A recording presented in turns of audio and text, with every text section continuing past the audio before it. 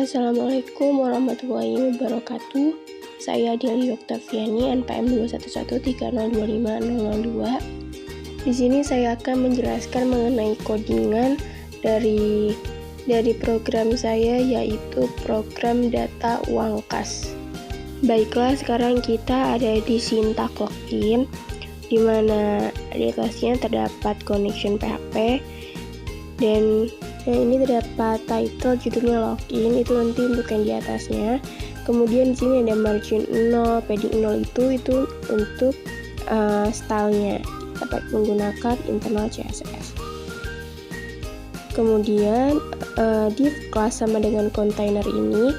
Container ini maksudnya untuk membungkus elemen-elemen lainnya. Kemudian ada just type content itu untuk mengubah kerataan item gitu.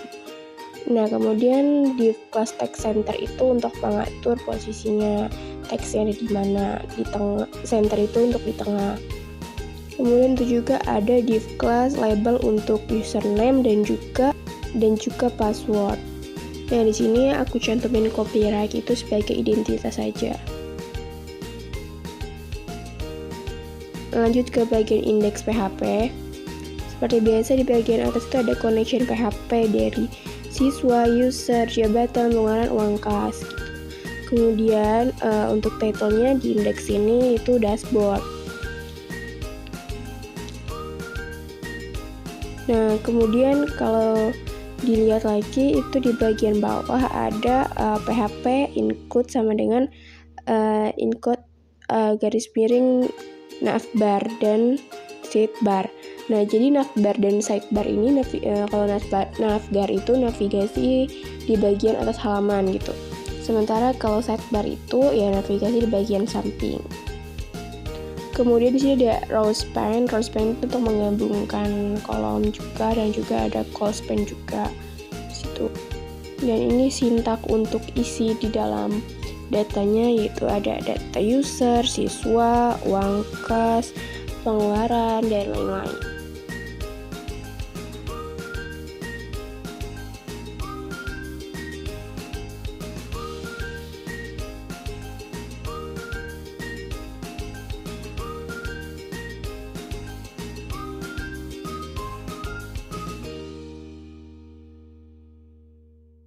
Oke, setelah dari indeks, kita lanjut ke connection PHP-nya. Nah, di sini itu terdapat sintak untuk mengkoneksikan host, username, password, database gitu. Kemudian di situ ada terdapat kondisi session alert itu untuk biasanya itu muncul kalau misalnya user salah memasukkan username dan password seperti itu.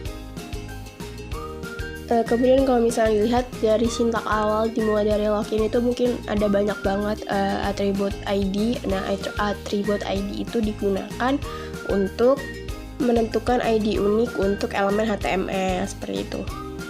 Kemudian di sini terdapat function itu adalah fungsi, maksudnya adalah fungsi dari check login, fungsi dari check logout, fungsi dari edit user, dan lain sebagainya.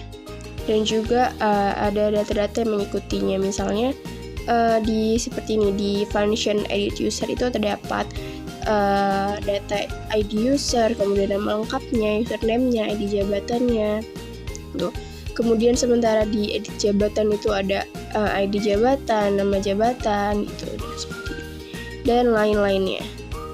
Di sini ada banyak sekali function, ada delete jabatan, apa lagi tuh, add jabatan atau tambah jabatan, delete user, edit siswa, karena memang ini adalah sintak di connection. Jadi kalau tidak dikoneksikan maka tidak akan berhasil. Makanya codingannya ada banyak sekali di bagian connection PHP ini.